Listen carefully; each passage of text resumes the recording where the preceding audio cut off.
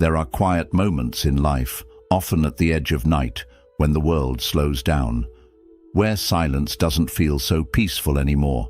What once felt calm and comforting now feels dense, like the walls are gently pressing in. You sit in that old chair you've always loved, and instead of rest, your mind begins to stir. Thoughts drift in, small worries, memories that ache, visions of a future you can't quite grasp, and without realizing it, anxiety has quietly taken a seat beside you. But here's something we often forget. Anxiety isn't a sign that something is wrong with you. It's not proof of weakness, failure, or punishment. What if instead it's a signal pointing towards something you've overlooked? In the Buddha's teachings, suffering, including this restless anxiety, is not an enemy to defeat, but a message to listen to. It's a guide, a quiet companion that leads us back to the heart of what matters most. We've been taught to hide our discomfort, to bury it, escape it, or drown it in noise. But Buddhism offers another way. It suggests that the very thing we try to avoid might be the key to our freedom. That anxiety, when met with understanding, becomes our teacher. Especially as we grow older and life becomes more still, we are given space. Space to feel, to reflect, to truly see ourselves. And it's in this space that something sacred begins. Not a battle, but a deeper journey inward. So today, let's look at one gentle truth, an ancient insight from Buddhist wisdom. It won't make anxiety disappear, but it can change how we relate to it. This idea has helped monks in mountain temples, soldiers in moments of fear, and everyday people, just like you and me, find peace in the middle of their inner storms. If your thoughts ever feel like a prison, if you've carried worry like a silent burden for too long, stay with me. This isn't about pretending everything is okay. It's about looking clearly at what is and finding freedom there.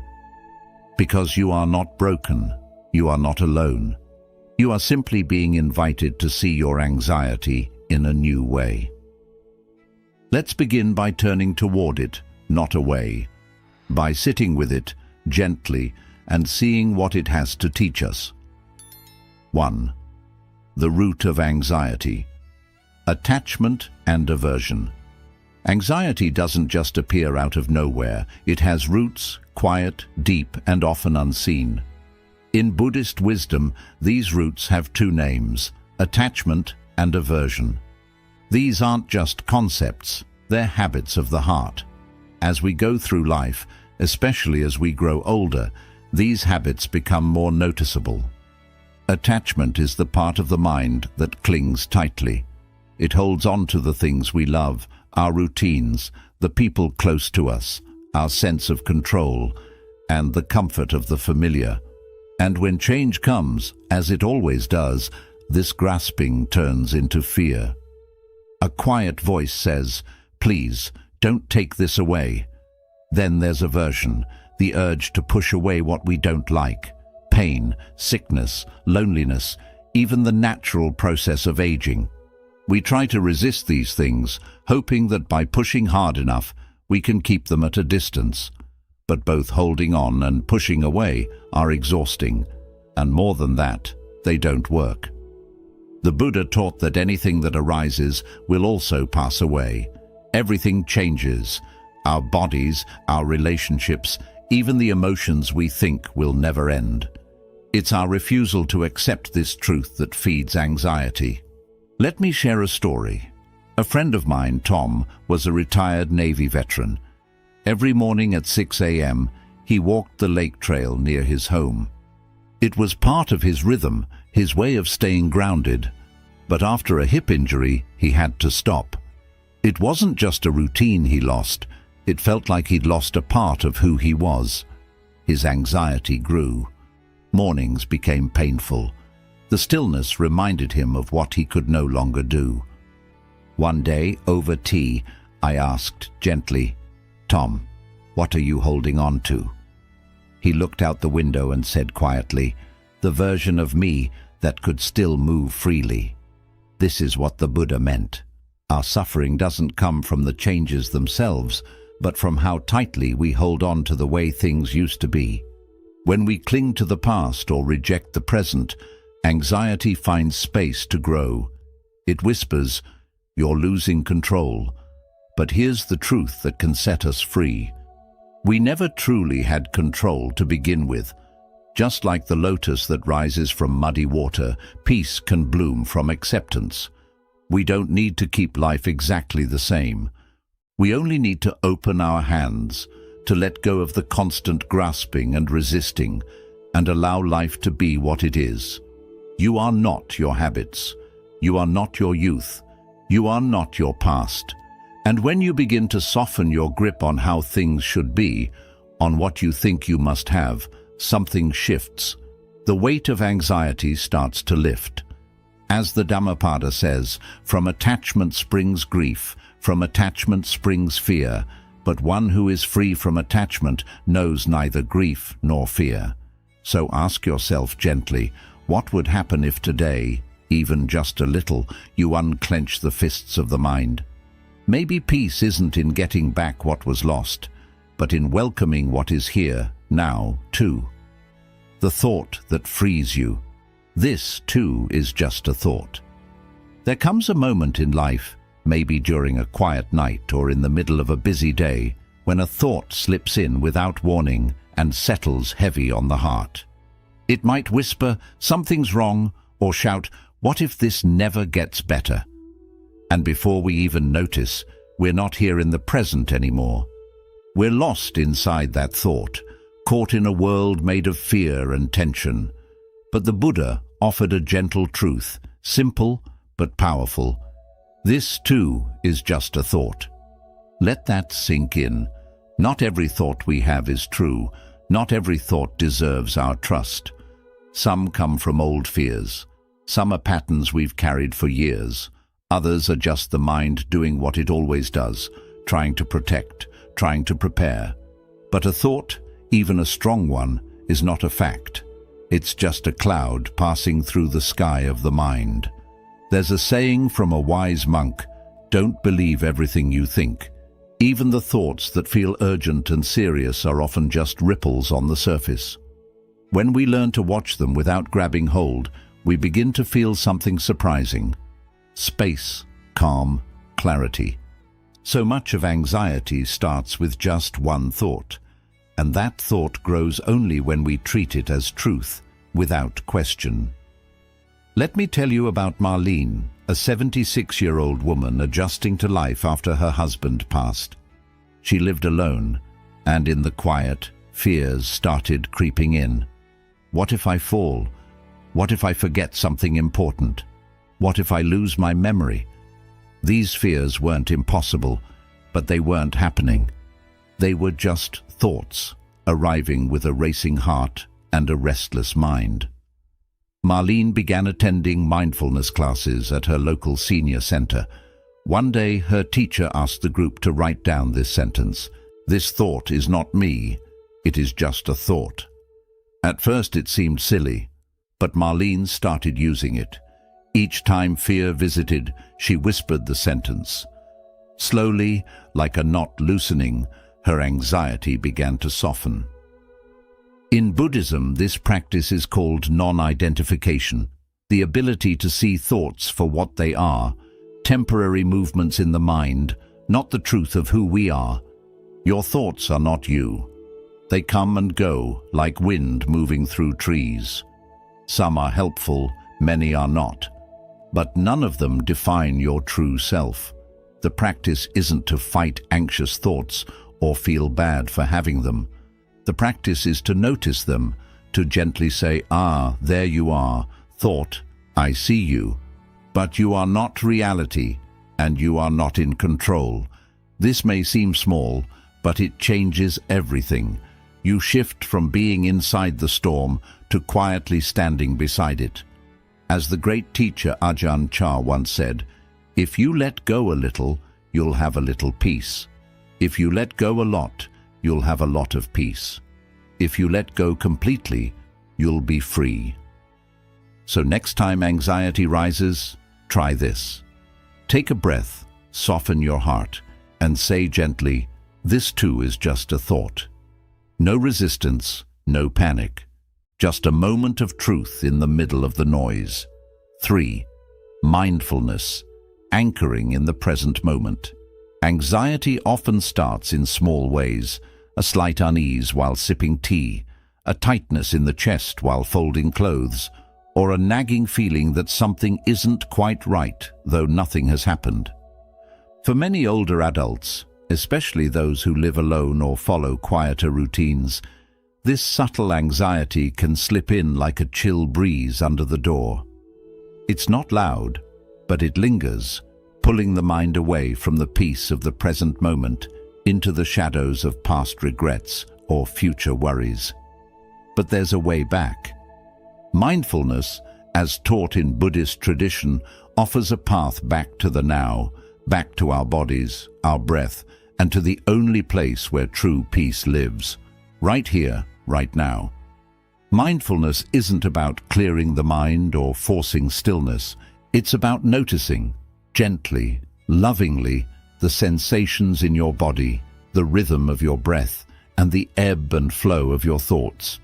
It's about being where your feet are, instead of getting lost in memories of the past or anxieties about the future. The Buddha said, "Do not dwell in the past. Do not dream of the future. Concentrate the mind on the present moment." And this simple teaching directly addresses anxiety. Anxiety is always trying to pull us forward, into the future, into what might happen, into what we're afraid of. But the present moment asks nothing of us, except that we show up and simply be here. Let me share a story about an elderly man named Frank. Frank was a retired carpenter, quiet and kind. After his wife passed, the silence in his home became unbearable. Small worries turned into spirals. What if I forget something? What if I fall and no one is there? What if I become a burden to my children? These thoughts took root in the long, lonely hours. Each breath became an anchor, each step a meditation, each moment a chance to return to peace. Frank practiced 5 minutes a day, sitting in his garden, hands on his knees, eyes soft, breath steady. He didn't try to clear his mind. He simply watched his thoughts pass by like clouds in the sky, and over time those clouds grew lighter. This is the power of mindfulness. It doesn't promise to remove our challenges, but it teaches us to sit with them without fear. It helps us realize that we are not the storm. We are the sky that holds it. Mindfulness is also forgiving. If you drift into thought, that's okay.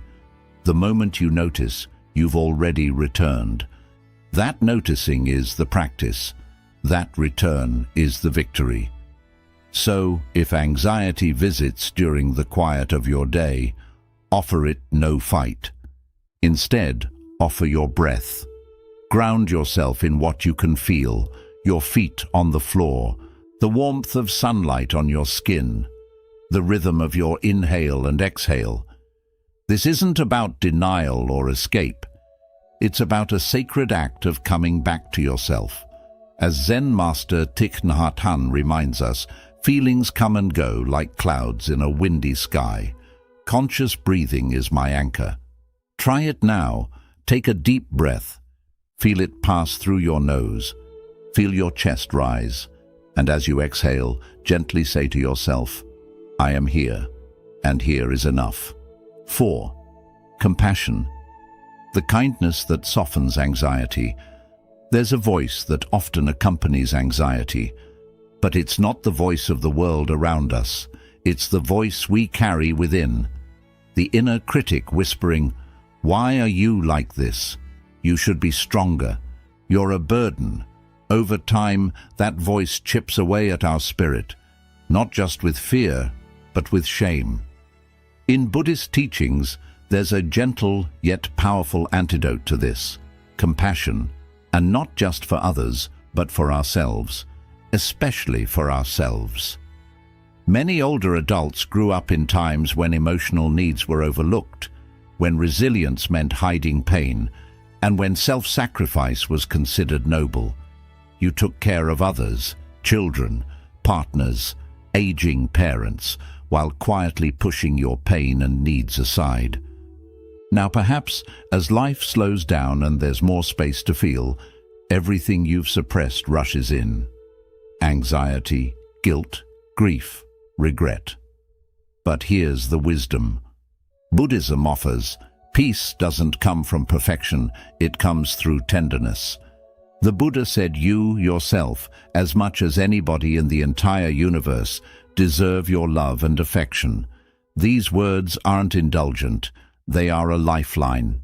Consider Ruth, a 79-year-old woman who had spent her life caring for others.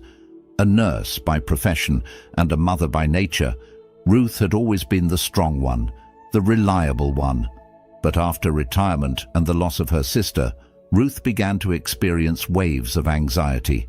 She felt embarrassed. "Why now?" she asked. "I've always kept it together."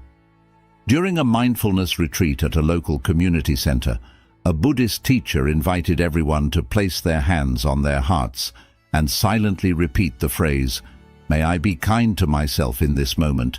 May I accept myself just as I am." At first, Ruth couldn't do it.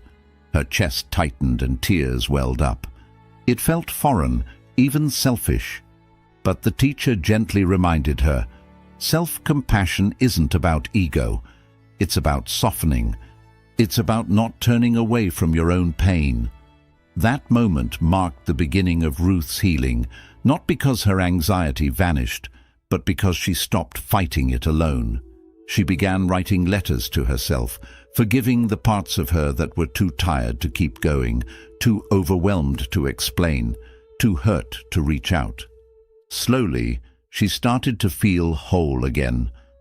In Buddhist practice, compassion is considered the medicine of the heart, and like any medicine, it must be taken regularly, especially when suffering arises. Here are some gentle ways to practice self-compassion in daily life. Speak kindly to yourself, especially when you feel afraid or anxious. Replace "what's wrong with me" with "this is hard and I'm doing the best I can." Place your hand over your heart during anxious moments. It's a simple act of care, reminding you that you are not alone. Offer yourself the same grace you would offer a dear friend. If you wouldn't say it to them, don't say it to yourself. Acknowledge your efforts. You've survived so much. You're still learning. That matters. Compassion doesn't fix everything, but it transforms the way we move through everything. It changes anxiety from something that feels like a prison into a path that walks alongside your pain, rather than fighting against it. Thich Nhat Hanh said, "When you love someone, the best thing you can offer is your presence. How can you love if you are not there?" The same is true for ourselves. If we aren't present for our own pain, who will be? So the next time anxiety comes knocking, meet it with kindness. Offer it a cup of tea. Sit beside it. Ask what it needs, not so you can fix it, but so you can hold it gently, like a child who's frightened in the dark. Sometimes all our inner world needs is to know that someone is still listening. 5. The thought that destroys anxiety. This is not mine. This is not me. This is not who I am. There are moments, often quiet and piercing, when anxiety wraps itself around us so tightly that we start to believe it defines us. The racing heartbeat, the endless thoughts, the restlessness, they feel less like something we're experiencing and more like who we are. In these moments, it's easy to think, "I am anxious," rather than recognizing that anxiety is merely a passing wave, not the vast ocean of our being. But over 2,500 years ago, the Buddha shared a profound teaching that offers a way to free ourselves from this suffering. A thought so simple, yet so powerful, that it can dissolve anxiety's grip the way sunlight dissolves fog. That thought is, This is not mine. This is not me. This is not who I am. This phrase isn't about denial. It's about liberation. It doesn't resist anxiety. Instead, it gently lets go of the false belief that we are our suffering. The Buddha's teachings on non-self, as described in the Anatta Lakkhana Sutra, remind us that we are not the thoughts, feelings, or sensations that pass through us. Just as the sky is not the storm, we are not our anxiety. When we cling to fear, thinking it is part of our identity, it gains power. But when we tell ourselves, "This is not me," we reconnect with our true nature, vast, peaceful, and unbound. Let me share the story of Walter, an 82-year-old widower who had been struggling with anxiety ever since his wife passed away. He described it as a gnawing feeling in his chest, a sense of dread he couldn't pinpoint. It would come and go, but when it arrived, it consumed him.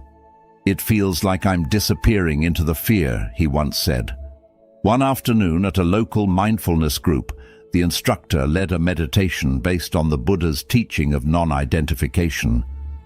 She guided the group through waves of sensations and emotions, softly repeating the words, "This is not mine. This is not me. This is not who I am." Walter sat quietly, hand over heart, silently repeating these words in his mind. As the tension in his chest began to loosen, something shifted within him, not all at once, but enough for him to take a deeper breath. In the weeks that followed, Walter practiced this teaching daily. When anxiety would appear, instead of fighting it or succumbing to it, he would acknowledge it gently. "Ah, here it is again," he'd think. Then he'd breathe deeply and remind himself, "This too shall pass. This is not who I am." Each time, the storm of anxiety became a little less intense. The beauty of this teaching is that it doesn't promise to make anxiety disappear. Instead, it offers freedom within it. The Buddha didn't say we wouldn't face fear or sorrow. What he showed us was how to stop suffering unnecessarily because of them. Let's break the phrase down. This is not mine. This means we don't claim ownership over the emotion. It's not ours to defend or hold on to. It's simply something arising, like a wave on the ocean. This is not me. This points to the deepest truth. We are not defined by our emotions. We are the observer, not the turbulence. We are not broken or flawed. We are the awareness watching everything unfold. This is not who I am. Our identity is not shaped by fear, anxiety, or sorrow. Beneath it all lies our true nature, still compassionate and steady. The next time anxiety knocks at your door, pause and say to yourself, "This is not mine. This is not me. This is not who I am." You may notice something remarkable. The emotion may still be there, but its power to define you will begin to fade. You shift from being inside the storm to becoming the sky that holds it. Thich Nhat Hanh once said, "Feelings come and go like clouds in a windy sky. Conscious breathing is my anchor," and so it is with this thought. It becomes a light in the fog, a compass when you feel lost in your mind. As we grow older, this practice becomes not just helpful, but essential. Aging brings new uncertainties, unexpected loneliness, changing bodies, and the inevitable goodbyes. But none of these diminish who we are. The thought, "This is not mine, this is not me, this is not who I am," is not just for moments of panic. It's a mantra for liberation, for reclaiming our space, for remembering our essence, peaceful, aware, and eternal. In truth, you were never your anxiety. You are the calm that remains when the wave recedes. You are the sky that holds every passing cloud, and through it all, you are still here. 6. A guided practice, applying this thought in daily life. It's one thing to hear a teaching that stirs the heart, that resonates deeply, like a refreshing breeze through an open window after a long, stuffy silence. But it's an entirely different matter to carry that teaching into the messiness of daily life, where the dishes pile up, the phone rings, the aches remind you of time passing, and the heart, oh the heart, still trembles at times. This is where the real practice begins. And yet it's also where the deepest peace can be found. The Buddha's wisdom was never meant to stay in lofty realms or as abstract ideas. His teachings were meant to be lived right here, in the marketplace, in our homes, on the path through the forest. So the phrase, "This is not mine, this is not me, this is not who I am," isn't something you save for meditation or spiritual readings. It's something to bring with you into the very fabric of your everyday life. Let's start with a simple but powerful practice, one you can do right now, even as you listen. Find a quiet place, sit still, or if you're standing, feel your feet firmly touching the ground. Let your body relax just as it is, with no need to push or force anything.